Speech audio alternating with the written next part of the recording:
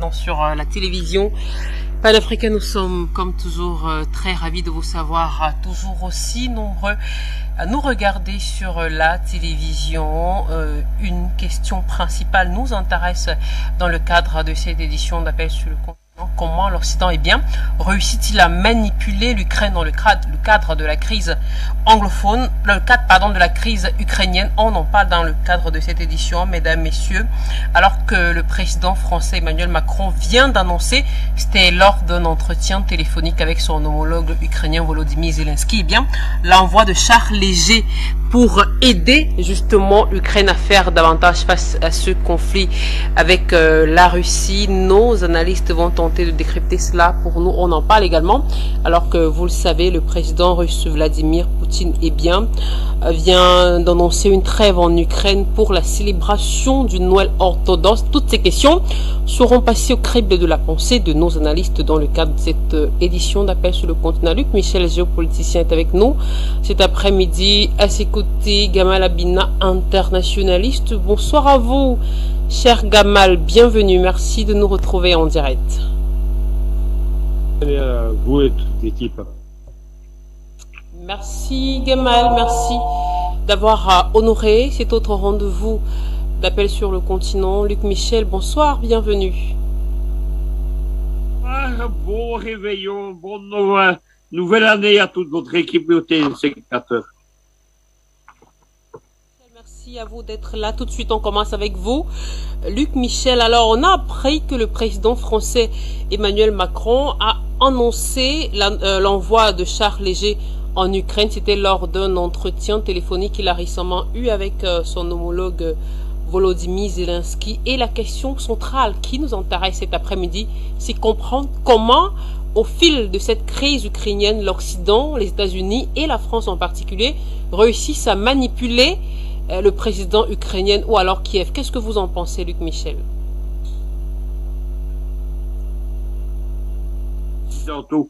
Il est dans une ligne jusqu'au boutier, c'est-à-dire qu'il demande toujours plus d'argent. Les pays de l'OTAN sont sur la ligne américaine.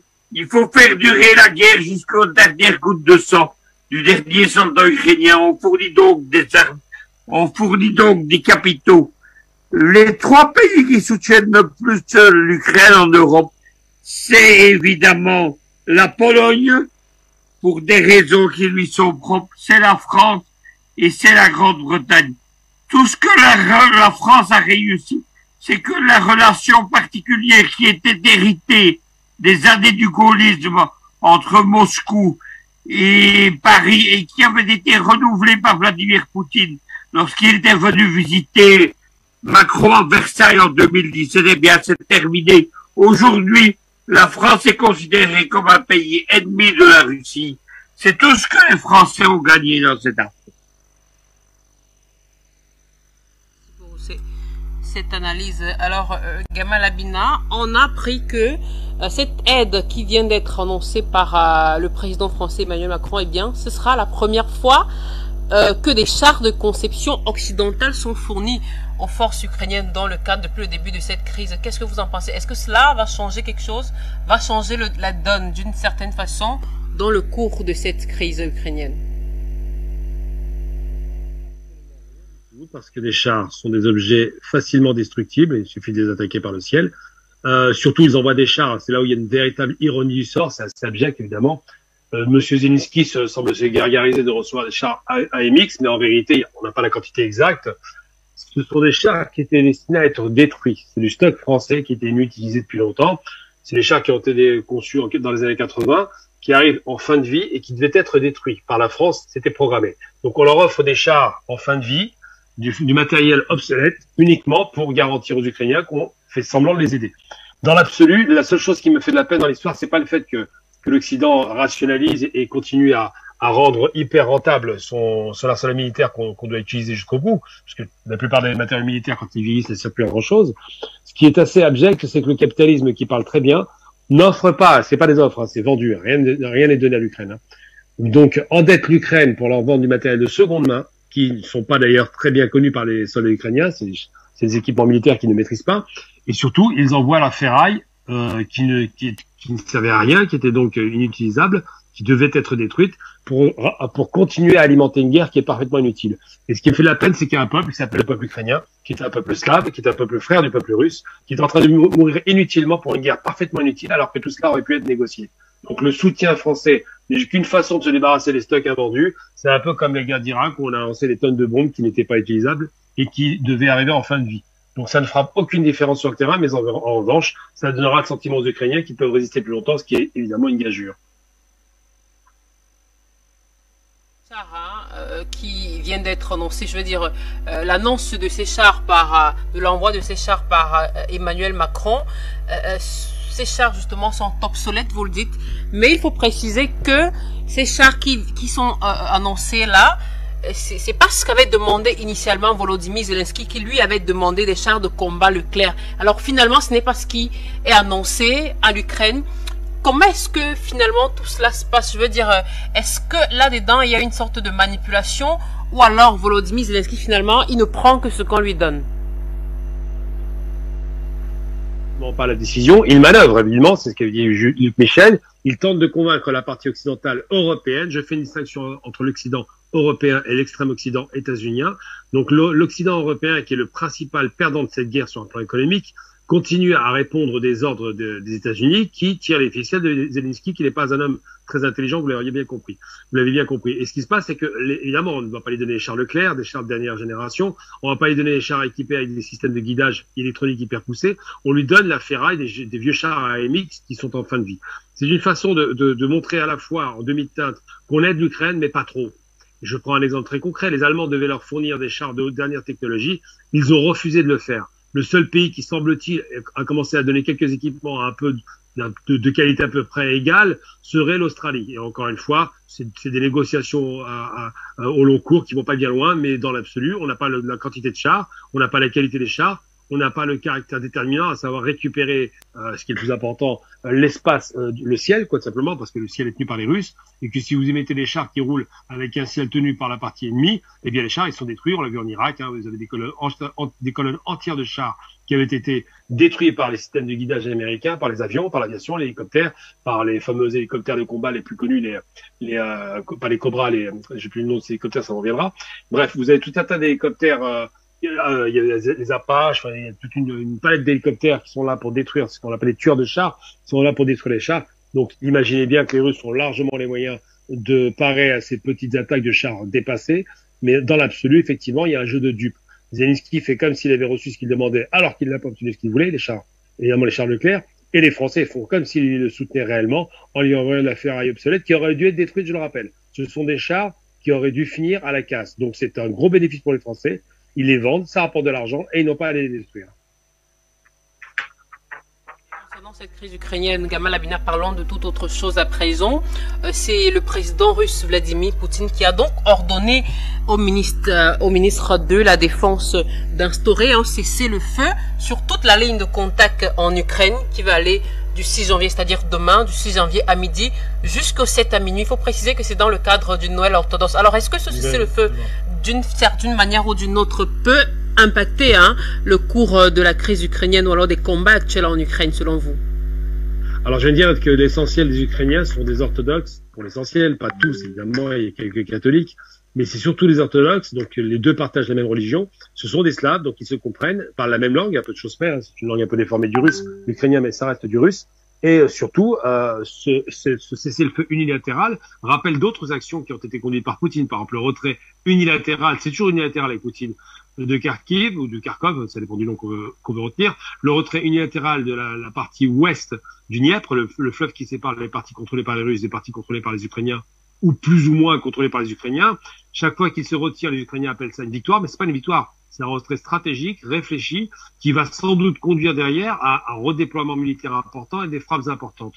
Donc le fait de respecter, alors Poutine est quelqu'un qui se réclame de la tradition orthodoxe. Il a toujours dit que le communisme a commis une erreur en finissant avec la religion et l'Église orthodoxe. Aujourd'hui, on voit bien qu'il est très souvent mis en scène dans les églises. Il va donc forcément respecter ce fameux Noël, on va l'appeler Noël, Noël orthodoxe, donc par rapport à la nativité, il va le respecter et va faire ce cessez-le-feu qui va être compris de la partie adverse de la même façon. Ça ne bougera pas les lignes parce qu'à qui va stopper, qui va refuser un cessez-le-feu lorsqu'il est en difficulté, personne ne fera une erreur pareille, et certainement pas pour les raisons évoquées. Donc je pense qu'une journée de cessez-le-feu ne fera pas beaucoup de différence, mais qu'effectivement, pas l'oublier, la contre-offensive russe qui est en planification risque d'avoir des conséquences extrêmement lourdes sur le terrain ukrainien. Alors Luc Michel, je le disais à l'instant, on parle donc de cette trêve. Le patriarche de Moscou a donc appelé à une trêve en Ukraine pour les célébrations du Noël orthodoxe. Pendant, certains médias occidentaux ont vite fait de dire tout simplement que le président russe appelle à un cessez-le-feu en Ukraine, sans toutefois préciser qu'il s'agit, comme vient de le dire Gamal Abina, d'un retrait momentané, unilatéral et stratégique. Est-ce que cette fois-ci encore, vous pensez que, en raison de ce cessez-le-feu du 6 au 7 janvier, peut-être qu'il y aura davantage de manipulation d'informations concernant la crise ukrainienne? La guerre en Ukraine, c'est une guerre médiatique. Au moment où Poutine fait un geste vis-à-vis du peuple ukrainien, on annonce sur les plateaux de télévision français que Poutine est à l'agonie. Ça ferait suite à des mois de propagande concernant l'état de santé du chef d'État. Ce qu'il faut retenir de l'affaire, c'est qu'il ne s'agit pas d'un retrait. Il s'agit simplement d'une cessation des combats pendant 48 heures à l'occasion de la Noël. Donc la ligne de front ne va pas bouger. La ligne de force ne va pas bouger. Ce qu'il faut retenir de toute cette affaire, c'est que les Russes ménagent les Ukrainiens parce qu'ils considèrent que le peuple ukrainien est un peuple frère du peuple russe. Et c'est la raison pour laquelle ils ne frappent pas totalement l'Ukraine, alors que l'Ukraine, elle, a commencé à frapper la Russie sur son territoire. Il y a donc deux poids, deux mesures, comme d'habitude. Il ne faut pas croire à la propagande de l'OTAN. Évidemment, c'est pas du tout un retrait, c'est une cessation des combats, un geste qui est fait à l'occasion de la Noël. Luc Michel, alors Gamal Abina, revenons un temps soit peu sur ces chars. Vous dites que ce sont des chars complètement obsolètes, mais il faut dire que ce même 5 janvier, au lendemain de l'annonce faite par l'Élysée de la livraison à l'Ukraine de chars de combat légers, eh bien, c'est le chancelier allemand Olaf Scholz qui s'est retrouvé pressé donc par des membres de la coalition de donner son feu vert, cette fois-ci pour l'envoi de blindés à Kiev. Un autre soutien donc de l'Occident à l'Ukraine dans le cadre de cette crise-là. À quoi est-ce qu'il faut s'attendre dans les jours à venir? J'attends pas grand-chose des Allemands en vérité parce qu'ils sont sous pression américaine, on le sait. Olaf Scholz est à l'Atlantique, l'Atlantique on le sait, mais il sait aussi que il va falloir renégocier à la fin de tout cela, rediscuter avec les Russes pour obtenir effectivement le réacheminement du gaz, du pétrole et du charbon, et surtout il joue sur des œufs. Il fait très attention parce qu'il ne peut pas s'engager de façon aussi évidente, aussi ridicule d'ailleurs, en faveur des Ukrainiens. Il n'a pas envie d'alimenter la guerre, même si effectivement au départ ils étaient plutôt vent debout et il pensait que les Russes perdraient. Maintenant, il se dit qu'à tout gagner, il vaut mieux être dans le camp du vainqueur ou au moins dans le camp de celui qui aura remporté la plus grande mise. Donc cette idée de livraison de chars allemands, j'y crois pas du tout. Pour deux raisons. La première, parce que politiquement, ce serait une erreur de la part des Allemands, puisqu'ils sont déjà largement impactés, même si l'hiver reste doux en Europe. Il faut savoir, vous ne savez peut-être pas, qu'on a la chance de traverser un hiver qui est quand même très doux. Aujourd'hui, il faisait 14 degrés à Paris. C'est exceptionnel, ça n'est jamais arrivé. Donc, ils bénéficient quand même d'un hiver doux, mais il n'en demeure pas moins que les usines allemandes sont au ralenti, ou parfois à l'arrêt, que l'énergie allemande n'a pas été complétée, n'a pas été remplacée, l'énergie que les Russes ne donnent plus aux Allemands n'a pas été compensée, donc ils sont obligés de réduire leur production, et que surtout, c'est toute la machine industrielle allemande qui est impactée. Donc Olaf Scholz le sait. Ces entrepreneurs, les syndicalistes, les patronats par exemple, sont vent debout contre lui. Ils refusent complètement cet alignement états-unien et il sait que sur sa base électorale, il risque de perdre des élections simplement à la prochaine rencontre électorale parce que précisément il aura fait les mauvais choix. Donc il joue sur deux fronts à la fois, contenter la pression états-unienne qui continue à rester quand même la force d'occupation en Allemagne. N'oublions jamais que l'Allemagne est toujours, c'est perdu de vue, toujours contrôlée, dominée et occupée par une force états-unienne qui n'est jamais partie, même après les chutes du mur de Berlin, même après le retrait des troupes françaises et anglaises, les Américains sont toujours là-bas. Ils continuent à occuper le territoire comme ils occupent le Japon et la Corée du Sud. Ça, c'est la première des choses. Et puis, deuxième chose, n'oublions pas que les Allemands sont à la fois tiraillés entre leur besoin d'assurer une économie pérenne, qui était pérenne d'ailleurs jusqu'à présent, et cette pression américaine permanente. Donc, je ne crois pas, c'est beaucoup d'état-major. Je ne crois pas qu'il livrera ses chars. Il a fait une commande de 100 milliards de dollars aux États-Unis pour acheter l'armement américain. J'ai du mal à croire qu'il va livrer des chars, sachant que les Français, pareil, ont 200 chars AMX et qu'ils vont se départir d'une partie de ces chars. Ils auront du mal à les remplacer. Le budget ne l'autorise plus. Donc, je pense que c'est beaucoup d'état-major, mais je ne crois pas une seconde à la concrétisation d'un transfert de chars de qualité. Je parle de bons chars. On ne parle pas évidemment de mini-blindés, mais de vrais chars. Je n'y crois pas. Je pense que c'est plus du blabla que des réalités. Ça fait 1 an que la guerre a démarré, il n'y a jamais eu de livraison. Donc ça va pas changer.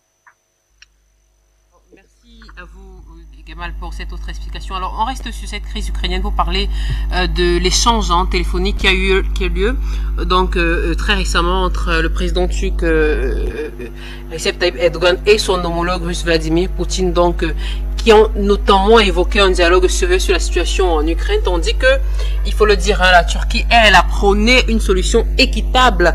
Il a été question aussi, au cours de leurs échanges du domaine énergétique, Ankara, qui vise, on le sait, donc à renforcer les infrastructures pour mettre en œuvre le projet de hub gazier acheminant le gaz russe vers l'Europe. Alors, la question que j'aimerais vous poser par rapport à cet entretien qu'il y a eu entre les deux hommes, Gamal Abina, c'est qu'est-ce que vous pensez de la médiation turque dans ce conflit ukrainien? On sait que le président Erdogan a su ou joue le rôle de médiateur dans ce conflit entre la Russie et l'Ukraine. Qu'est-ce que vous pensez de sa médiation?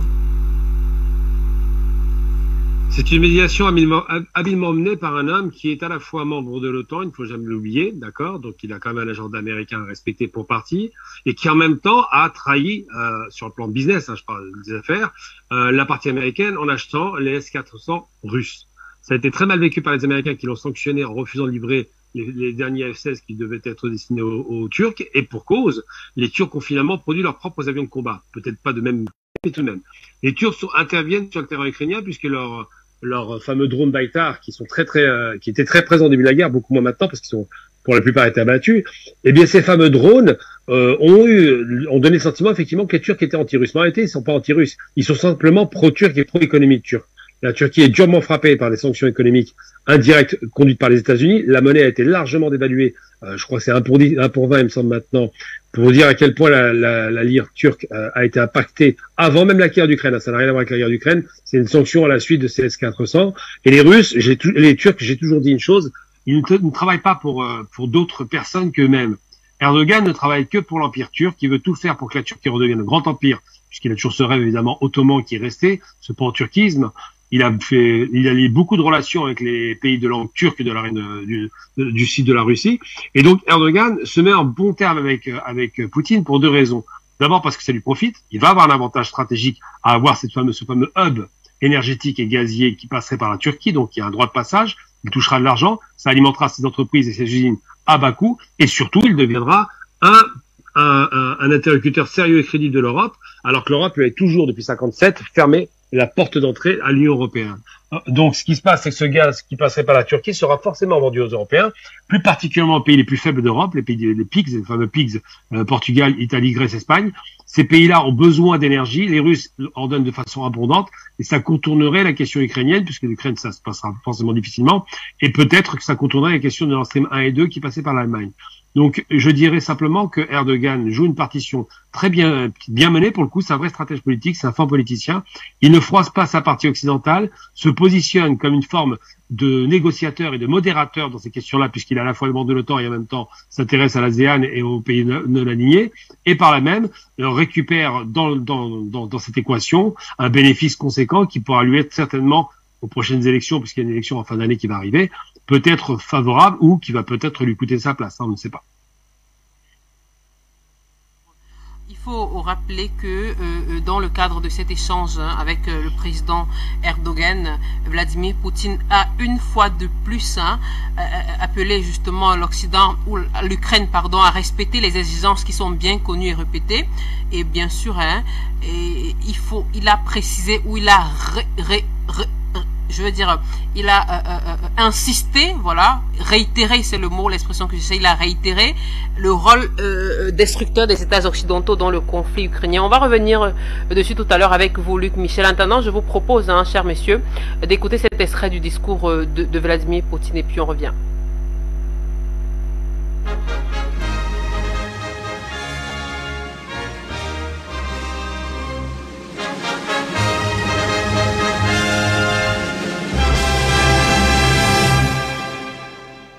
Cette année, c'était l'année de tournant, des événements majeurs.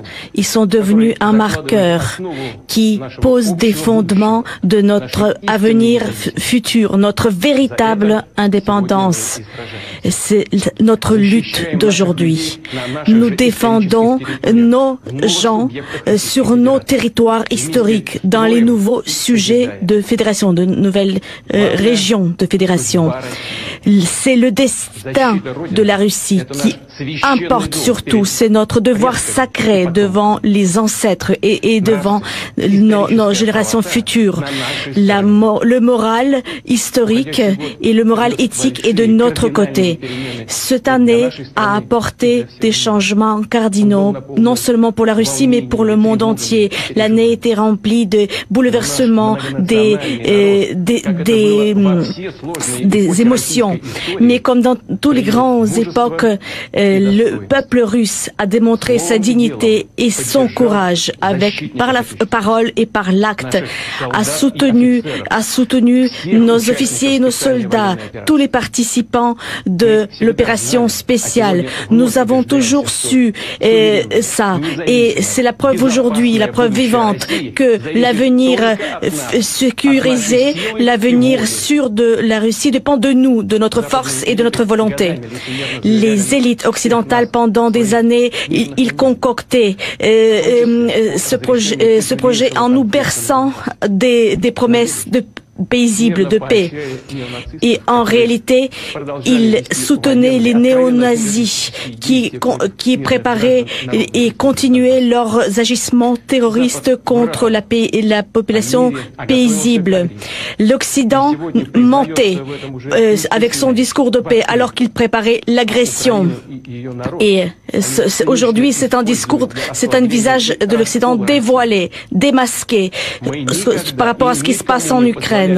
Nous, jamais, nous avons autorisé de le faire. Et nous l'autoriserons à l'avenir. Nos volontaires, nos militaires, aujourd'hui, se battent pour la terre natale, pour la paix et la justice, pour que la sécurité, les garanties de sécurité pour la Russie puissent être assurées véritablement.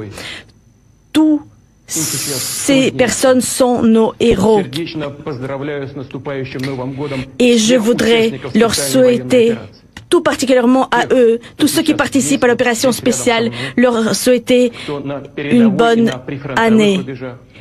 Et tous ceux qui sont sur la première ligne de front, tous ceux qui sont dans les bases d'entraînement, dans les camps, tous ceux qui se trouvent dans les hôpitaux, ou ceux qui, après avoir accompli leur devoir, sont de retour à la maison. Tous ceux qui sont de garde dans les postes de veille stratégiques, tout le personnel, tous les effectifs des forces armées. Je voudrais vous souhaiter mes meilleurs vœux. De vous remercier pour votre service dévoué.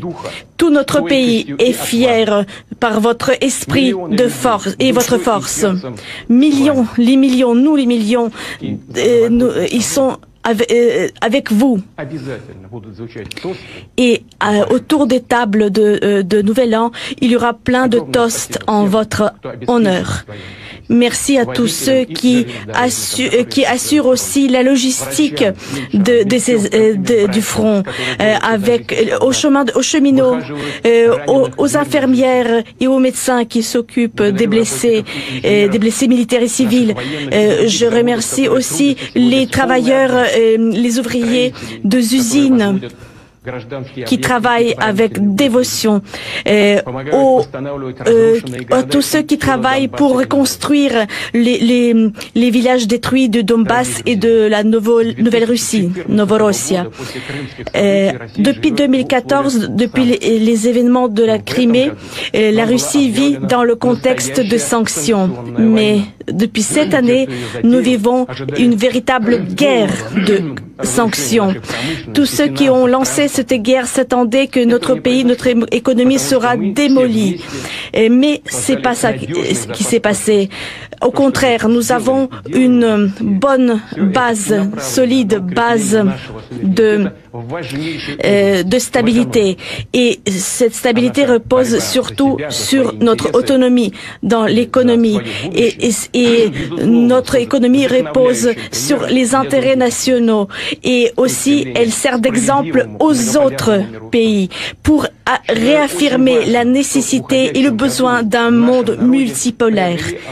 Nous espérons que pour l'année prochaine, les qualités comme la charité, comme la solidarité prendront un sens tout particulier, parce qu'il y a un véritable besoin d'aider les uns les autres. Ces qualités, elles sont spontanées pour nous. Et je voudrais vraiment souligner et vous appeler aux responsabilités et à votre sens de solidarité et vous remercier pour tout ce que vous faites, pour envoyer les petits colis aux soldats sur le front, pour envoyer de l'aide à la population qui a souffert dans des villes et villages qui ont souffert. Vous soutenez un soutien énorme aux familles qui ont perdu un membre de leur famille, un soldat qui a donné sa vie pour défendre la vie des autres. C'est très difficile de passer cette nuit de Nouvel An se réveillant sans un être cher, sans un frère, fils ou père. Mais nous allons faire tout notre possible pour aider ces familles, pour que ce soit des familles qui puissent élever dignement leurs enfants. Et tous ceux qui partagent cette douleur, je vous prie d'accepter mes mots de soutien et des pensées les plus chaleureuses.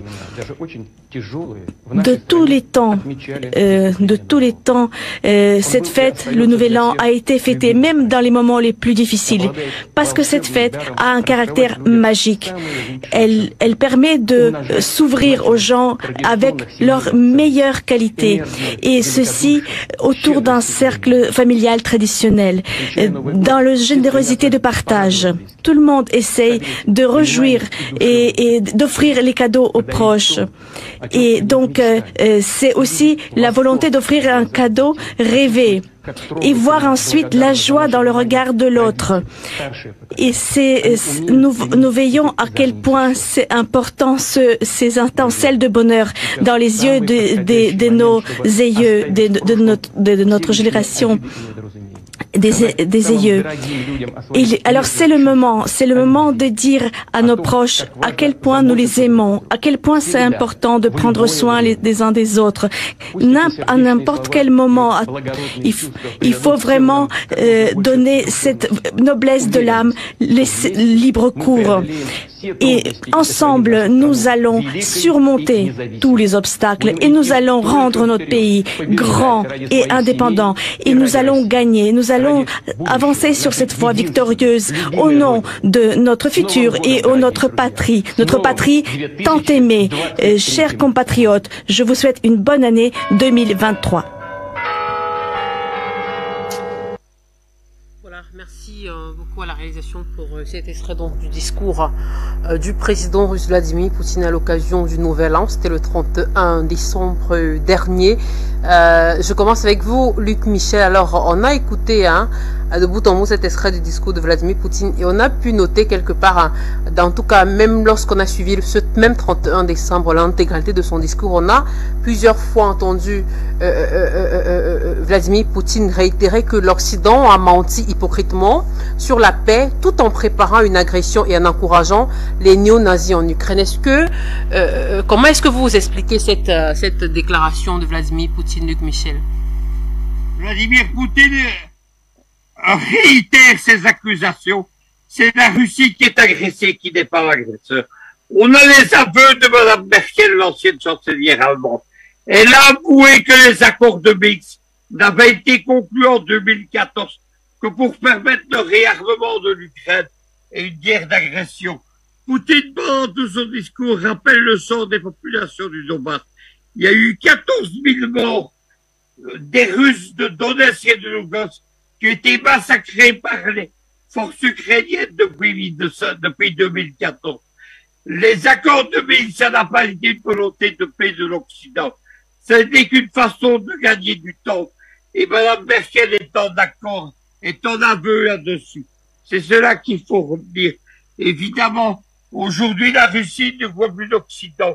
Il n'y a plus de place pour faire confiance aux Occidentaux. C'est cela qu'il faut retenir. La Russie a des buts de guerre et ils sauront appliquer la guerre durera tant que ces buts de guerre ne seront pas accomplis. C'est une non-entrée de l'Ukraine dans l'OTAN, un désarmement de l'OTAN, un changement de régime à Kiev et la protection des populations de la Novorossia.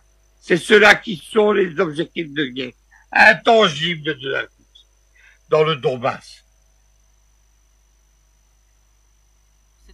Gamal Abina, Vladimir Poutine a également dit que pendant plusieurs années, eh bien, l'Occident a renforcé l'Ukraine pour une confrontation directe avec la Russie, dont le seul but de la voir s'effondrer, de la laisser s'effondrer.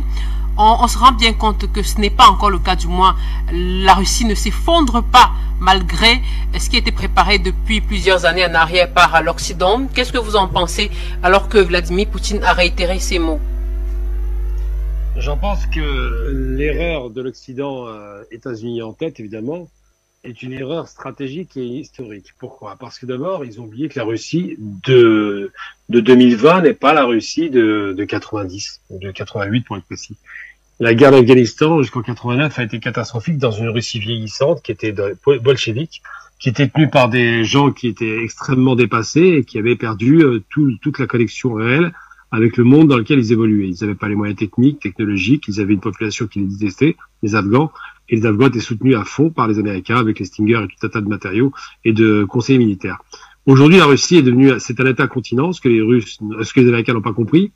La Russie a donné le sentiment d'une certaine fébrilité durant les années de Boris Yeltsin, mais c'est rétabli et de façon assez extraordinaire. Alors, on croit que la Russie est un pays pauvre parce que c'est un pays qui a un PIB qui serait pas très élevé, c'est le sentiment que ça donne, mais la Russie, on l'avait oublié, était un grand pourvoyeur d'énergie, pétrole, gaz et charbon. La Russie est un État-continent, je veux dire, l'Europe, c'est la Russie, il faut être très clair, je veux dire, 90% de l'Europe, c'est la Russie qui la tient. Et surtout, la Russie, c'est l'erreur des nazis et que les Européens ont fait. C'est un immense empire. C'est pas un pays, c'est une fédération d'États. Faut jamais oublier que la Russie n'est pas un pays. Ce sont une fédération d'États qui vont des Asiatiques jusqu'aux Russes blancs, comme on les appelle comme ça, sans rentrer dans les Russes royaux, mais les Russes de peau blanche. Et donc, l'idée, c'est que on a pensé qu'on pouvait bousculer la Russie, alors qu'elle détient aujourd'hui, il faut bien pas le perdre de vue, toutes les ressources possibles et imaginables en matière d'hydrocarbures, en matière minière, en matière évidemment agricole. C'est-à-dire que la Russie est un État est une fédération qui peut largement s'autosuffire. Donc l'erreur états-unienne, c'est d'avoir cru qu'ils avaient en face d'eux des Russes de l'époque, et c'est pas étonnant qu'ils aient commis une telle erreur. Parce que finalement, qui est aux commandes des États-Unis? Des néoconservateurs ou des gens qui étaient de la vieille école anti-bolchevique, anti-russe, anti-communiste? C'est ça qui est de commande. Joe Biden, c'est pas un petit gamin, il a bientôt 80 ans, il avait la quarantaine quand la guerre froide s'est arrêtée. C'est un homme qui a été éduqué dans cette logique de confrontation. Et évidemment, leur erreur, la vraie erreur stratégique, c'est de penser qu'ils pouvaient étouffer la Russie. On peut pas étouffer un État-continent. On peut étouffer des pays comme l'Irak, qui sont enclavés. On peut étouffer des pays comme la Libye, par exemple, qui n'ont qu'une sortie sur la mer et tout le reste, c'est soit les ennemis, soit les gens peu fiables, mais on ne peut pas étouffer une Russie qui est surpuissante. Elle est surpuissante militairement, elle détient l'arme atomique, elle l'obtient très vite, elle détient des capacités offensives militaires considérables avec ces fameux missiles avant-garde hypersoniques qui vont de 18 000 à 30 000 km/h, qui peuvent frapper où ils veulent quand ils veulent, avec cette fois-ci des capacités balistiques très étudiées de précision. Les tirs de précision sont extraordinaires. Les missiles dernière génération ont des capacités à ne jamais être repérés par des contre-mesures, parce que malheureusement pour eux, c'est des missiles qui ont une trajectoire aléatoire et qui n'est plus balistique. Pour faire simple, une trajectoire balistique, c'est une trajectoire qui va en cloche. Une trajectoire aléatoire, c'est une trajectoire qui va faire des zigzags durant tout son parcours pour atteindre l'objectif qui est fixé. Donc les Russes ne sont pas les Russes des années 80, ils se sont trompés d'adversaires. Les Européens ont provoqué une guerre, indirectement une guerre, en encourageant les Ukrainiens à jouer des bras et à tuer, effectivement, ça a été rappelé par Luc Michel, 14 000 civils dans le Donbass, parce que je rappelle tout de même que le Donbass, c'est pas une armée, ce sont juste des partisans, donc ça rappelle un peu aussi la Seconde Guerre mondiale, et qu'effectivement, dans le Donbass, on y a vu comme tortionnaires des anciens néo-nazis, des anciens de Stepan Bandera, qui sont des néo-nazis revendiqués, c'est même pas à moitié, je veux dire. Et c'est très impressionnant de voir que l'Occident s'est rangé derrière même cette petite frange des néo-nazis, qui est la petite frange de trop. Je le répète régulièrement, s'il y avait un seul néo-nazi dans l'armée française, il serait passible d'une peine de prison. Eh bien, là, on a pu soutenir plus de 5 à 10 000 combattants néo-nazis, parfaitement racistes, parfaitement anti-russes, et ça n'a dérangé personne. Donc c'est vrai qu'aujourd'hui, la réaction russe est proportionnée à la réaction de montée en puissance de ces mouvements qui faisaient la guerre, alors qu'il n'y avait pas de guerre, je rappelle, dans Donbass. C'est une guerre d'usure qui a été mise en place. Ça a tué beaucoup de monde, les Russes l'ont mal vécu, et c'est logique, puisque l'Occident portait ses forces de l'OTAN sur le terrain ukrainien en entraînant, évidemment, l'armée ukrainienne contre la Russie. Poutine, dans son discours, a également fustigé une véritable guerre de sanctions déclarée contre la Russie par les Occidentaux. Il a dit ceux qui l'ont lancé s'attendaient à la destruction totale de notre industrie, de nos finances et de nos transports, mais cela ne s'est pas produit. Alors à cela, certains répondent un peu avec des moqueries. Qu'est-ce que vous pensez, qu'est-ce que vous répondez à ceux qui accusent le président russe Vladimir Poutine de se mettre dans une position d'une victime de l'Occident collectif, de se faire passer pour la victime? Ben, écoutez, il faut être clair et net. La première semaine de l'opération spéciale en Ukraine, les gens de l'OTAN ont annoncé qu'ils allaient détruire l'économie russe. C'est particulièrement le cas du ministre français de l'économie, Le Maire, qui s'est exprimé en ce sens, qui a dit qu'on allait détruire l'économie de la Russie en quelques jours. Ça ne s'est pas passé, au contraire. Les sanctions ont eu un effet boomerang. Les Européens se sont tirés une balle, non pas dans le pied, mais dans la tête, comme l'ont dit beaucoup d'experts. Et évidemment, aujourd'hui, les principales victimes des sanctions économiques, ce n'est pas la Russie, c'est l'Europe. Aujourd'hui, l'Europe, l'Angleterre, l'Allemagne, la France, la Belgique est dans une crise économique et sociale profonde. Ce samedi, les gilets jaunes vont de nouveau descendre dans les rues de Paris pour manifester, parce que la crise est là. Des économies entières sont en train de disparaître. Il y a des centaines de milliers de faillites. Toute l'économie britannique, les transports notamment, est en grève en ce moment. Et en Allemagne, l'industrie est en train de s'effondrer. Poutine a donc raison. Il est la victime de la guerre des sanctions économiques. Mais celle-ci s'est retournée comme un boomerang contre les Européens. Rappelons que c'était le but de guerre des Américains, puisque dès le premier jour de la guerre en Ukraine, ce que les Européens, les Américains voulaient, c'était fracturer les économies européennes en les privant des hydrocarbures russes, en les coupant de l'économie russe, parce que l'Union européenne, c'est l'adversaire économique principal dans la guerre économique et financière du dollar contre l'euro. C'est l'adversaire principal des États-Unis. Il est donc nécessaire pour les États-Unis, pour rester l'économie globalisée mondiale, de détruire l'économie européenne. Sur les Russes morts au front, pas grand-chose non plus sur les préoccupations des concitoyens, d'après certains analystes. Eh bien, vous, qu'est-ce que vous pensez de ceux-là qui accusent le président russe, ou alors qui reprochent au président russe Vladimir Poutine, dans son discours du Nouvel An, de n'avoir pas, par exemple, abordé les questions socio-économiques, ni même les préoccupations quotidiennes des Russes? Qu'est-ce que vous répondez à cela? C'est parfaitement ridicule, ça n'a aucun sens de demander à un chef de guerre, car c'est un chef de guerre aujourd'hui, de parler de questions socio-économiques, sachant que la sanction européenne était destinée à faire effondrer une économie russe qui a multiplié par 4 ses revenus pétroliers et gaziers.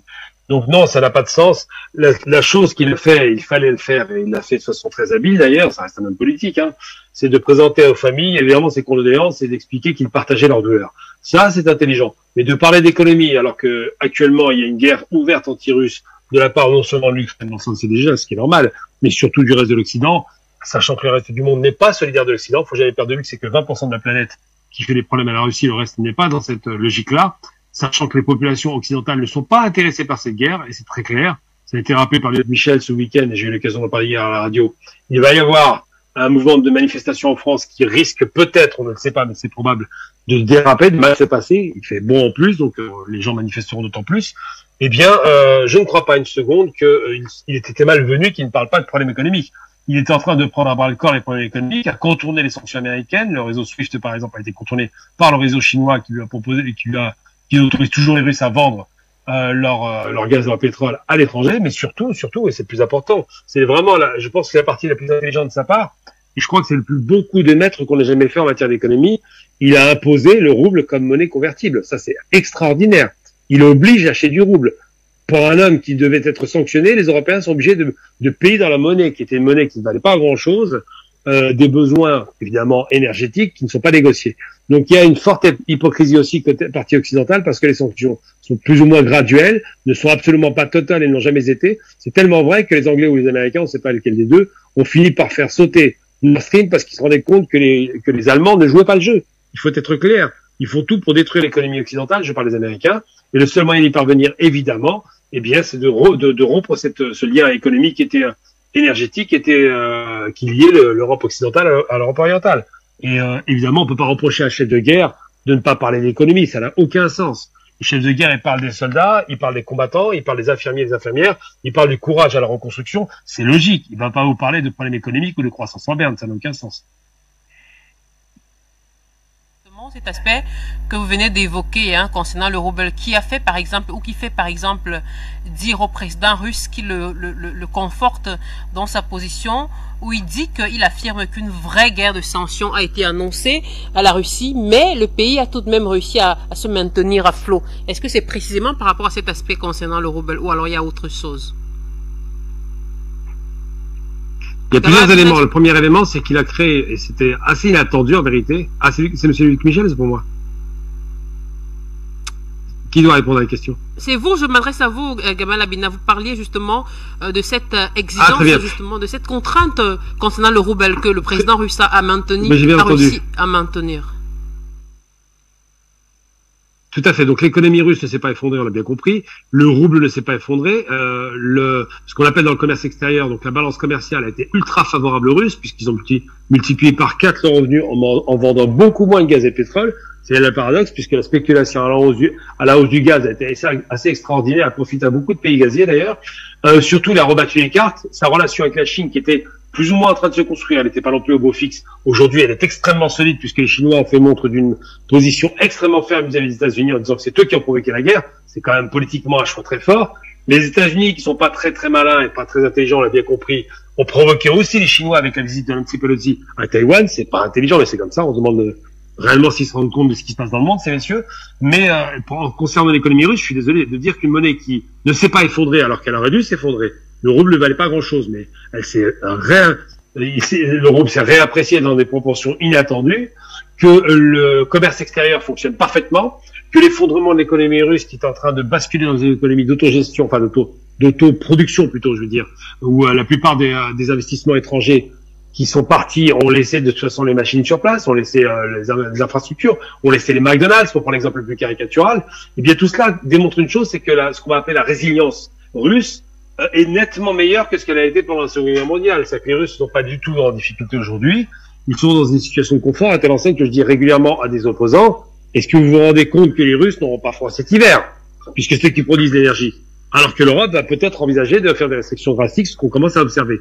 Donc oui, c'est beaucoup de propagande, de mise en scène, mais dans l'absolu, on l'a bien compris que la question russe a été, je veux dire, la question économique russe n'a pas été impactée, loin s'en faut, que tous les indicateurs macroéconomiques, donc c'est la grande économie, sont dans le vert, c'est une chose qu'on ne sait pas, et tout ce qui est sur un plan microéconomique, c'est un petit peu difficile, mais on n'est pas dans une inflation extrêmement violente, alors que, volet européen, l'inflation réelle, prétendument réelle, serait de 10% de moyenne par an. L'inflation ressentie, sur le panier moyen de la ménagère, c'est une augmentation de 40 à 100% de n'importe quel denrée alimentaire. C'est ça la réalité. Donc l'Europe souffre pendant que les Russes, je suis désolé de le dire, se portent relativement bien en comparaison.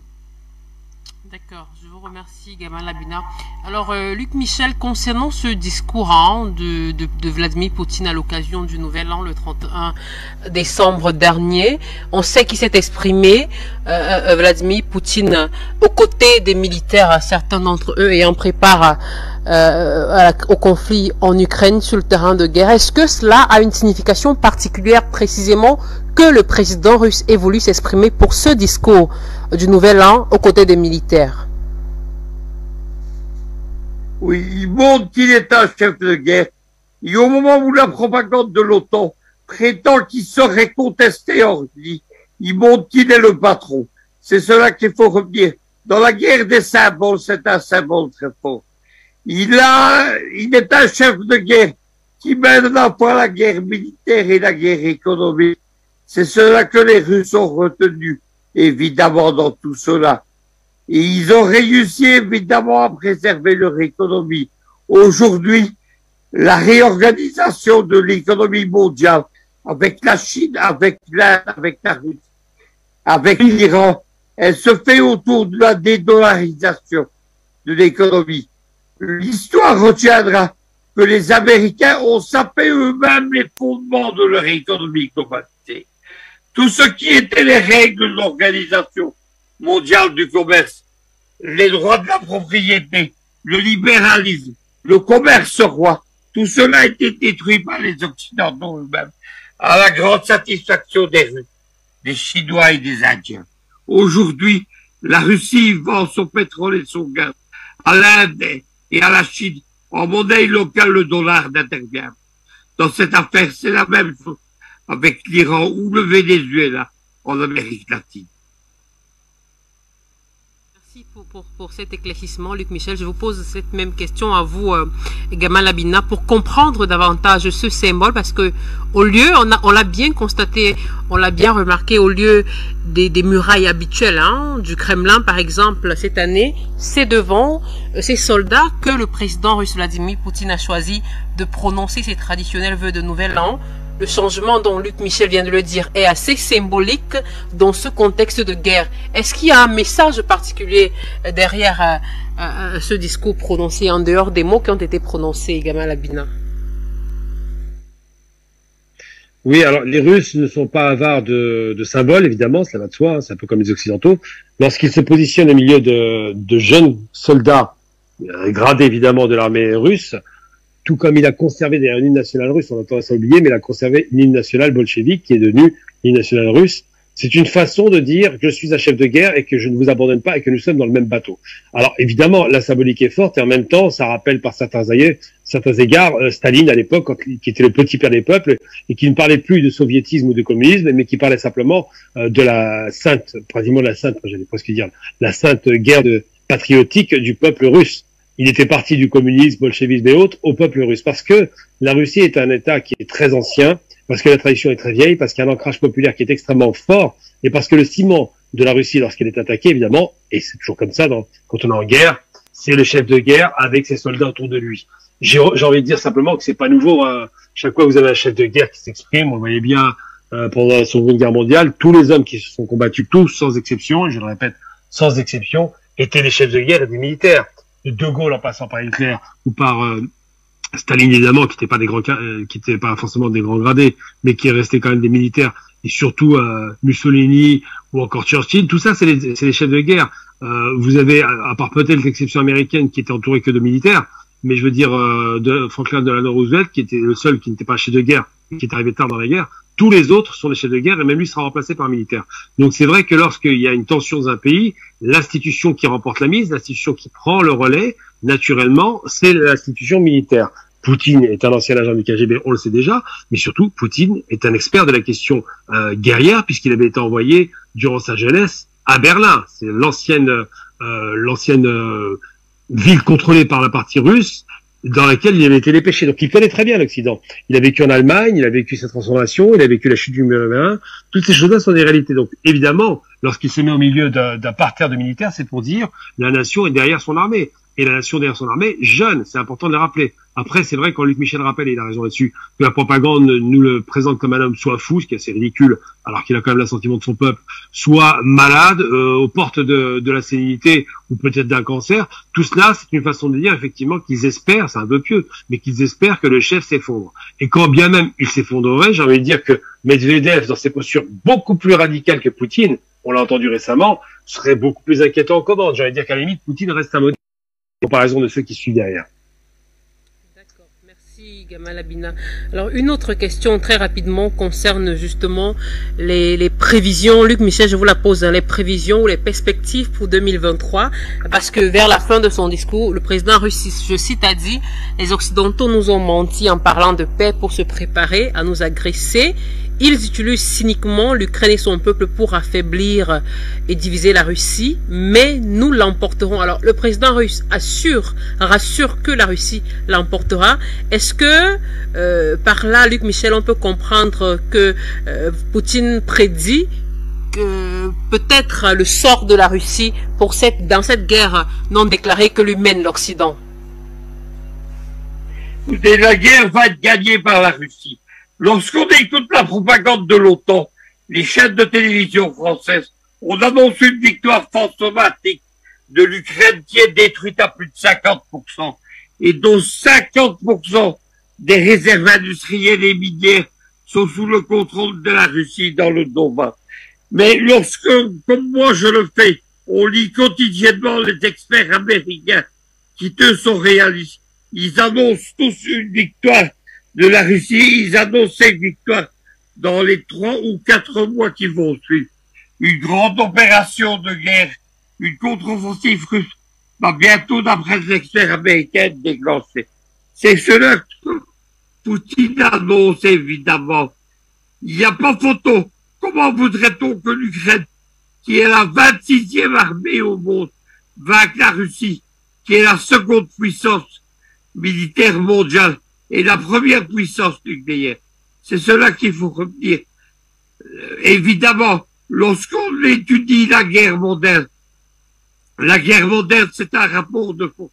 Le rapport de force, il ne peut pas exister en faveur de l'Ukraine. Alors on revient à présent, puisque on tend vers la fin de l'émission, on revient sur notre thématique principale, celle qui nous concerne, à savoir comprendre jusqu'où irait ou jusqu'où pourra aller la manipulation occidentale de l'Ukraine dans le cadre de cette guerre, dans le cadre de cette crise ukrainienne, avec le président Volodymyr Zelensky et Gamal Abina le réitère très souvent, qui se laisse facilement manipuler par les Occidentaux. Alors parlons une fois de plus de ces armes, de ces chars Gamal Abina. La présidence française a tenu à souligner que c'est la première fois, et on le disait tout à l'heure que c'est la première fois que des chars de conception occidentale sont donc fournis aux forces ukrainiennes, parce que jusqu'à présent, les alliés européens de l'Ukraine ont livré des chars de conception soviétique, mais jamais encore de chars occidentaux, malgré la demande répétée de Kiev. Est-ce que cette différence-là aujourd'hui prouve peut-être que l'Occident a envie de changer sa stratégie d'aide à l'Ukraine dans le cas de cette crise? Ça s'appelle de l'enfumage. Je suis désolé d'utiliser ce terme, mais il est très clair. Monsieur Macron, lors de son discours de Nouvel An, a dit aux Français qu'ils allaient avoir de toute façon des moments difficiles. C'était pas très encourageant, qu'ils seraient évidemment contraints d'accepter la réforme des retraites, et de dire aussi, c'est toujours intéressant d'entendre ça, que la France n'abandonnerait pas l'Ukraine. Bon, la France, c'est lui tout seul. Hein, je veux dire, le reste de la France n'est pas très passionné par l'Ukraine. Et lorsqu'il dit ça, il est obligé de faire suivre de ses paroles un geste. Et ce geste, c'est d'envoyer ces vieux chars qui auraient dû finir à la casse. Donc non, il n'y a pas de changement de stratégie. Il y a juste une sorte d'habillage un peu maladroit pour faire croire qu'ils font un peu plus d'efforts. Les seules armes à peu près sérieuses qui ont été livrées à l'Ukraine, c'est les HIMARS, qui provoquent des dégâts assez conséquents. Je parle de ces missiles américains, HIMARS, donc ce système d'attaque au sol. Mais la problématique principale, c'est celui qui tient le ciel. Aujourd'hui, les Russes tiennent le ciel. Donc, vous pouvez leur donner autant de blindés que vous voulez. Ça reste des véhicules qui sont pas, c'est pas des gros blindés. Il faut être très clair. Hein, ça reste quand même des amis. C'est pas les meilleurs chars de la Terre. Vous pouvez leur donner autant de blindés que vous voulez. Ça sera du tir au pigeon. C'est-à-dire que la contre-offensive, c'est pour très sous peu, hein. Avant le printemps, on s'y attend aussi. Une fois, peut-être d'ailleurs après les fêtes de Noël, du nouvel an orthodoxe, c'est possible aussi, parce que la symbolique pourrait être forte. Eh bien, cette contre-offensive va donner des conséquences extrêmement lourdes, et c'est pas les quelques dizaines ou centaines de chars qui vont être livrés qui feront la différence. Pour en finir avec cette guerre d'Ukraine, il aurait fallu que les Américains, les Européens, et évidemment les Ukrainiens, puissent bénéficier de missiles sol-air pour abattre l'aviation, ou simplement d'avions de combat. Ils n'ont ni l'un ni l'autre. Donc, comment voulez-vous inverser la vapeur avec un ciel tenu par la Russie, avec des infrastructures qui sont toutes détruites sur le plan énergétique, avec des systèmes d'interconnexion en termes de télécommunications qui ne fonctionnent plus? Comment voulez-vous inverser la vapeur? Et tout à l'heure, Luc Michel a dit une chose qui n'est pas tout à fait exacte aujourd'hui, c'était vrai à l'époque. L'Ukraine était la 26e puissance militaire mondiale. C'était avant la guerre. Aujourd'hui, l'Ukraine, elle est reléguée aux calendes grecques. Et si elle dépasse les capacités militaires du Soudan, c'est déjà assez extraordinaire. L'Ukraine était une puissance qui produisait des armements. Toutes les usines ont été détruites. Et les rares usines qui restent sont du côté Donbass. C'est là où il y a les plus d'usines d'ailleurs. Donc l'Ukraine a été la 26e puissance face à la seconde puissance militaire mondiale. Ça n'est plus le cas. Aujourd'hui, elle doit être très très loin. Et les Russes sont toujours et resteront toujours la seconde puissance militaire mondiale. Donc le rapport de force est largement disproportionné en faveur des Russes. Ce qui est à craindre dans l'histoire, je le répète régulièrement, moi j'ai toujours à cœur les peuples, c'est qu'il y ait des morts inutiles dans la population ukrainienne dans une guerre qui, je le rappelle depuis le début, se passe quasiment et exclusivement, uniquement sur le théâtre d'opération ukrainien. Vous dites bien que l'Ukraine a été la 26e puissance en termes d'armement. Aujourd'hui, elle est renvoyée au calendrier grec. Est-ce que, selon vous, c'est la raison pour laquelle le président Volodymyr Zelensky demande toujours plus lourd en matière d'armement à ses alliés occidentaux? Parce qu'on sait qu'il en redemande toujours. Selon vous, quel est l'objectif réel de Zelensky, justement, dans le cadre de cette guerre, en demandant toujours plus lourd en termes d'armement? On ne vous aura pas échappé que M. Zelensky est un comique. C'est un acteur. C'est pas un homme politique, c'est pas un géopolitologue, un géopoliticien pour le coup en pratique. Ça n'est pas un militaire, évidemment, loin s'en faut. Ça n'est pas un homme qui sait se projeter dans des relations internationales compliquées, qui sont là, qui sont très fortes, qui sont très imprégnées d'influence extérieure. C'est un homme qui se contente de faire ce qu'on lui a dit de faire. C'est un homme qui a été créé par un oligarque, qui a été produit de la télévision ukrainienne et qui a été placé à la tête du pouvoir parce qu'il a été acteur dans une série où il se présentait comme le futur président. C'est vous dire un peu le caractère ridicule de ce qu'on connaît aujourd'hui. Donc non, M. Zelensky n'est pas un homme politique et donc il ne se rend pas compte de ce qui se passe. En revanche, il applique avec célérité un principe de guerre qui est de dire nous allons faire durer le plus longtemps possible la guerre dans une hypothétique victoire impossible à obtenir. C'est une façon de vouloir épuiser la partie russe. Malheureusement, aujourd'hui, l'Ukraine se retrouve dans une situation de mendiant où elle demande des armes à corps et à cri à l'extérieur parce qu'elle ne peut plus les produire et parce qu'elle n'en a plus. C'est ça la réalité. Alors ils ont beau demander des chars de combat ou des véhicules blindés au sol ou des systèmes anti-aériens plus ou moins sophistiqués. Récemment, les Américains leur ont promis des systèmes patriotes. Le problème du patriote, c'est que c'est un système qui est très lourd, qu'il faut le maîtriser, l'apprivoiser. C'est un système de technologie avancé que les Ukrainiens ne maîtrisent pas. Donc tout cela pour dire qu'en dépit du fait que depuis 2014, l'OTAN a tenté de former les soldats ukrainiens, dans les faits, l'échec est consommé. L'Ukraine a été prise pour 20% du territoire en totalité. Le reste du territoire est en situation difficile. Donc c'est beaucoup de désbrouf, mais en vérité, ce qu'il fait, c'est juste faire durer une guerre inutile pour peut-être épuiser la partie russe. Et ça, c'est encore un calcul qui est assez ridicule et qui tient pas la route, malheureusement, pour lui. Sabina, le président russe Vladimir Poutine a maintes fois mis en garde contre les fournitures d'armes à Kiev par les Occidentaux, en prévenant à chaque fois que cela ne ferait que prolonger les hostilités, prévenant d'ailleurs aussi que certains de ces pays couraient le risque d'être considérés comme partie prenante à ce conflit. Alors, si les Occidentaux, eux, continuent de fournir des armes à Kiev, c'est-à-dire qu'en fait que c'est l'Occident qui décidera finalement de la fin ou de l'arrêt des hostilités en Ukraine. Alors, on peut penser ça, moi je ne crois pas que ce sera l'Occident qui décidera, parce qu'ils n'en ont pas les moyens. C'est pas parce qu'ils fournissent 2-3 ferrailles vieillissantes et qui devaient finir à la casse qu'ils vont changer la donne. Après, la question qui est posée, c'est la question de la co-belligérance. Donc ça signifie, est-ce que oui ou non, on peut considérer que le fait d'alimenter, comme pendant la guerre d'Espagne, c'est d'alimenter des deux côtés, du côté soviétique et du côté européen, et du côté évidemment nazi et italien, cette guerre qui a duré 3 ans. Mais pendant la guerre d'Espagne, il y avait de la co-belligérance, il faut être très clair. Je veux dire, les nazis sont intervenus directement en bombardant avec leur Légion Condor. À Guernica, c'est une histoire qui est connue et reconnue. Mais il n'y a pas eu qu'eux qui sont intervenus. Beaucoup sont intervenus en alimentant de façon permanente la guerre qui a duré très longtemps et inutilement face au fascisme de Franco. Et bien là, sur les questions ukrainiennes, c'est un peu le même phénomène. On a une intervention extérieure qui alimente la guerre face à une guerre civile, parce que c'est bien une guerre civile dont on parle. Hein. Je veux dire, les Ukrainiens, ça reste le même peuple. Hein. Sauf qu'il y en a des pro-russes, des anti-russes. Et cette guerre civile qui a démarré en 2014 avec le coup de Maïdan, donc quand on a fait un coup d'État au président qui était élu et librement élu, eh bien, on a démarré le début de la sédition, le début de la partition de l'Ukraine en deux. Donc, lorsque on pense qu'ils vont alimenter et qu'ils pensent qu'ils vont peut-être remporter la mise, non, c'est pas très sérieux. Il faudrait qu'il y ait une action beaucoup plus directe pour qu'ils puissent changer les donnes. Donc, celui qui mettra un terme à cette guerre n'est pas celui qui est en bas, c'est pas celui qui est en position de faiblesse. Celui qui mettra un terme à cette guerre, c'est celui qui a la force. avec lui. Et j'ai envie de dire que même la guerre d'Afghanistan, la récente, celle des États-Unis, qui sont la première puissance militaire mondiale, il n'en demeure pas moins que ils ont dû mettre un terme à la guerre parce qu'ils étaient épuisés par une guerre qui n'en finissait pas et qu'il a fallu 10 ans pour faire face aux Afghans et ils ont perdu. Donc les guerres d'usure, ça épuise les armées, c'est connu. Mais là, on n'est pas sur une guerre d'usure, on est sur une guerre territoriale frontalière. Donc la guerre côté russe peut être alimentée en permanence. Côté ukrainien, l'alimentation de la guerre va être compliquée parce que ça veut dire qu'il risque d'y avoir des dérapages. On l'a vu récemment avec ce missile qui est tombé en Pologne. Et donc le risque réel, c'est qu'il y ait une généralisation du conflit, ce que personne ne veut évidemment.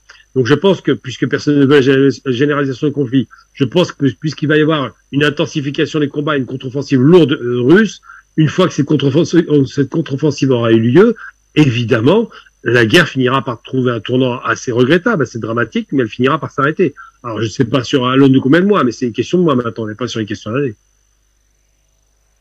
Une dernière question pour sortir de l'émission, Gamal Abina, en parlant de celui ou de la partie qui remportera cette guerre, cette victoire. Dans son discours du Nouvel An à la fin, pour conclure, le président Vladimir Poutine a dit, il a dit, je cite, « Nous allons avancer et remporter des victoires pour nos familles et pour la Russie, pour le futur de notre patrie unique et bien-aimée. » Alors, est-ce que cette victoire dont parle Vladimir Poutine lorsqu'il conclut son discours a quelque chose justement à voir également avec cette victoire concernant la guerre sur le front ukrainien? Alors, quand il dit notre patrie unique et bien-aimée, c'est une patrie qui intègre les territoires de Donbass qui ont fait, vous le savez, qui ont fait un référendum d'autodétermination pour se rattacher à la Fédération de Russie. Donc, il intègre dans cette fédération russe ces deux territoires. Ça, c'est la première chose. Deuxième chose, il dit qu'il va obtenir la victoire parce qu'évidemment, la victoire, dans l'absolu, et c'est ça qui est assez ridicule dans la propagande occidentale, elle est déjà obtenue. Ils ont déjà le Donbass, ils ont déjà la Crimée, ils ont déjà sans doute Sébastopol qui va leur revenir de plein droit. Ils vont peut-être laisser une sortie à la mer, mais je vois pas laquelle. Mais ce qui est certain, c'est que la victoire est déjà obtenue. Maintenant, ce qu'il veut, c'est consolider sa victoire. Alors, j'ai eu beaucoup de contradicteurs qui me disaient, oui, Poutine n'a pas pris beaucoup de territoire. 20% du territoire, 1/5 du territoire, c'est considérable. Et j'ai envie de dire, la différence fondamentale entre la Russie d'aujourd'hui et celle de l'Afghanistan, c'est qu'en Afghanistan, tous les Afghans détestaient les Russes, qui étaient considérés comme des envahisseurs. Parce que c'est deux peuples différents. Ils détestaient les Russes, qui ont été appelés par le gouvernement qui était pro-russe.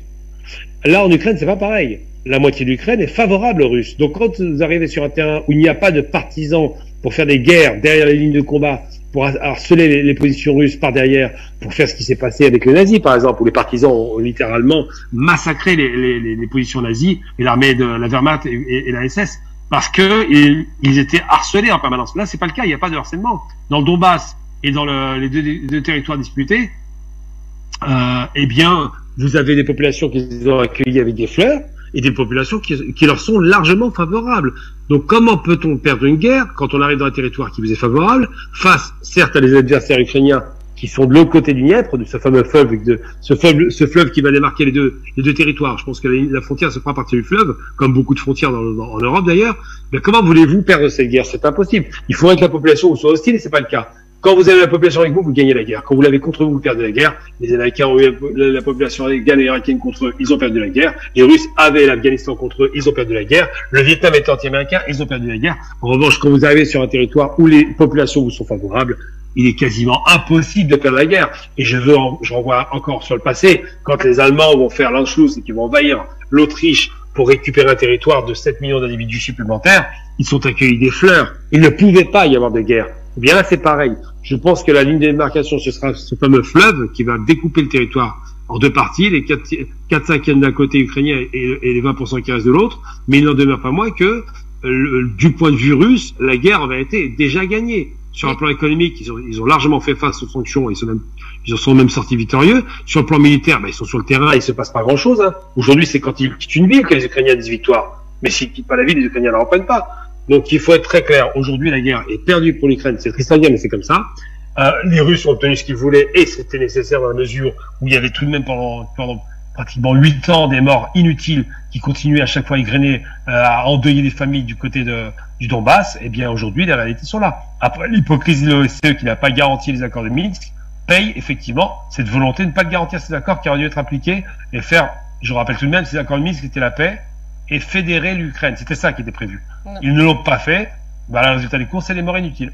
Mais Gamal Abina, pour consolider justement cette victoire, puisque vous dites que la victoire est quasiment déjà là, Poutine veut juste consolider, mais finalement, le président Poutine, il a besoin de qui? Je veux dire, Kiev a bien besoin du soutien des Occidentaux, de Washington, Paris, de Berlin, mais est-ce que Poutine, le président Poutine, a besoin d'un autre soutien, d'un allié peut-être en dehors des populations russes qui le soutiennent? Est-ce que il n'a pas peut-être besoin finalement pour la consolidation définitive de cette victoire de soutien d'un quelconque allié? Vous savez, il a déjà récupéré la mer d'Azov. Donc déjà, c'est une grande victoire. Ensuite, il a le soutien, il faut jamais oublier, de la Biélorussie. C'est-à-dire que Loukachenko, qui est détesté par les Occidentaux, est le meilleur allié des Russes, au nord de l'Ukraine.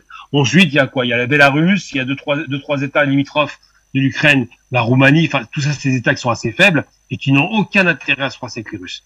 Ensuite, on voit bien avec ce qui se passe avec la Hongrie, par exemple, où la question russe est très discutée. Ils n'ont pas envie de se froisser avec les Russes. Donc, faut bien se rappeler une chose, c'est qu'il n'a pas besoin de soutien outre que cela. Sur le plan économique, il a le soutien de la Chine, de l'Inde et tout un tas de pays d'Afrique et d'Asie, donc, et d'Amérique du Sud d'ailleurs, il n'y a pas que. Donc, c'est très compliqué de croire que l'homme qui a quasiment ramassé toute la mise sur la table puisse avoir besoin de plus de soutien que cela. L'Ukraine est enclavée d'un côté entre la mer qu'elle a perdue, la mer d'Azov, de l'autre côté au sud, la mer de Crimée, et sur le nord, un ennemi, puisque évidemment, Loukachenko n'est pas favorable à l'Ukraine, et je parle aussi de la Biélorussie, et puis évidemment à l'est, les rares petits états de soutien qui lui restent, mais qui vont pas bien loin, avec une Pologne qui n'aime pas les Ukrainiens. Faut jamais oublier qu'il y a une grosse hypocrisie entre les Ukrainiens et les Polonais, parce que les Polonais considèrent que l'Ukraine a pris une partie de leur territoire. Faut jamais l'oublier. Et bien tout ça, ce qu'on dit à penser que c'est pas les Russes qui ont des besoins importants aujourd'hui, ceux qui ont des besoins importants, c'est les Ukrainiens. Et que cette fameuse contre-offensive qui va arriver, c'est une certitude, c'est programmé, avec presque 1 million de personnes sur le terrain, sera une façon de mettre une claque très puissante à l'armée ukrainienne, soit dans l'espoir qu'il y ait un coup d'état militaire, ça peut arriver, ou soit simplement dans l'espoir de dire aux Occidentaux, voilà, on a tapé très fort, ils ne peuvent pas gagner la guerre, c'est fini, il n'y a plus d'armée ukrainienne, maintenant, on négocie, dans un rapport de force extrêmement favorable aux Russes. Et d'ailleurs, je rappelle que Poutine ne cesse pas de dire « nous sommes prêts à la négociation » parce qu'il considère qu'il a déjà gagné. Donc même si aujourd'hui cette guerre, qui est une guerre, l'opération spéciale, j'aime pas tellement ce mot, je trouve ridicule, c'est une guerre, quand on tue des gens avec des armes, ça s'appelle la guerre. Eh bien, ce qu'il appelle opération spéciale, donc sa guerre en Ukraine, est une guerre qui lui est largement favorable. Et il faut jamais oublier l'histoire aussi, c'est important. L'Ukraine, c'était la preuve de l'histoire entre les nazis et les Russes. C'est pas rien, l'Ukraine. C'est là où les Juifs se sont fait massacrer, on appelait ça l'Holocauste par balle. C'est là où, effectivement, une partie des Ukrainiens ont pris fait et cause pour les nazis, se sont retournés. Donc ça, c'est quand même, sur le plan historique, c'est une blessure qui n'a pas été fermée. C'est là où la plus grande bataille russe a été menée, avec la bataille de Crimée, qui a quand même résisté. Donc ça, c'est des choses qui ont un sens historique. Et puis c'est surtout l'Ukraine, on a parlé de Novorossia, la Nouvelle-Russie, mais pas seulement. Vous pouvez oublier que c'était l'État des Rousses. Les Rousses, ça veut dire les Russes. Donc l'Ukraine, ça a un sens historique, géographique, politique, culturel. C'est beaucoup de choses comme celle-là. Et je le répète régulièrement, la différence entre un Vladimir et un Volodymyr, c'est juste une question d'accent, ni plus ni moins. Pour moi, c'est le même peuple, et ils mériteraient effectivement de discuter plutôt que de se battre entre eux. Je vous remercie, merci infiniment à Je vous, vous en prie.